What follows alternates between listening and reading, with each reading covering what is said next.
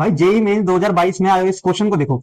इस क्वेश्चन में कह रहा है कि the lengths of sides of a triangle are this this and this. एक ट्राइंगल की 3 साइड्स दी हुई हैं, ये और ये। अब ये दोनों साइड्स इक्वल है, तो जाहिर सी बात है कि भाई ये एक इक्विलेटरल नहीं, एक आइसोस्केलेस ट्राइंगल है।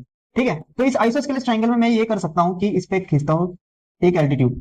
ये एल्टीट्यूड क्या करेगी, इस बेस को दो बराबर हिस्सों में बांटेगी। तो हर एक हिस्सा जो हो जाएगा हमारे पास हो जाएगा 10 - x²। ठीक है, अब कह रहा है कि if for x is equal to K the area of triangle is maximum. भाई एरिया ऑफ ट्राइंगल की बात आ गई, मतलब यहाँ पे एरिया निकालना तो बनता है, इसमें एरिया निकालेंगे एक बार। एरिया ऑफ ट्राइंगल निकालने के लिए सबसे पहले हम इस हाइट को निकाल लेते हैं। इस ट्राइंगल की हाइट कितनी होगी, इसके लिए हम फॉर्मूला लगाएंगे पाइथागोरस थ्योरम। ये हो जाएगा हमारे पास h, ये हमारे पास हो जाएगा एक हाइपोटेन्यूज, हाइपोटेन्यूज का स्क्वायर माइनस बेस का स्क्वायर। बेस है हमारे पास ये 10 - x² का स्क्वायर। अब एक फॉर्मूला याद रखना यार, एक फॉर्मूला होता है हमारे पास a+b का whole square minus a - b का होल स्क्वायर। ये होता है हमारे पास 4a × b। तो ये हमारे पास हो जाएगा √4 × a × b है हमारे पास x²।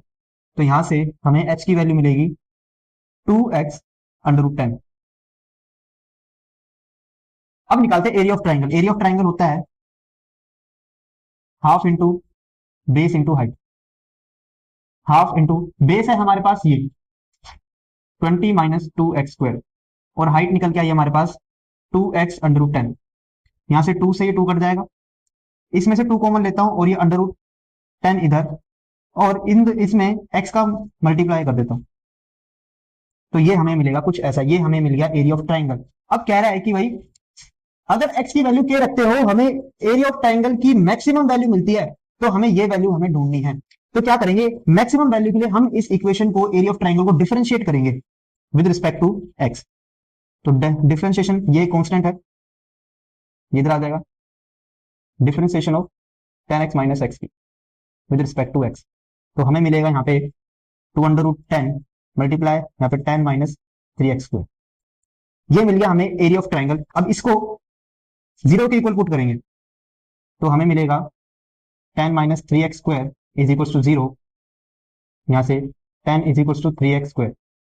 अब कह रहा है कि इसकी वैल्यू मैक्सिमम है एट k, तो इस पे k की वैल्यू ढूंढ रख देंगे, तो 3k²। तो हमें ये ढूंढना था और ये हमको मिल गया, मतलब इसकी वैल्यू है इज इक्वल टू 10।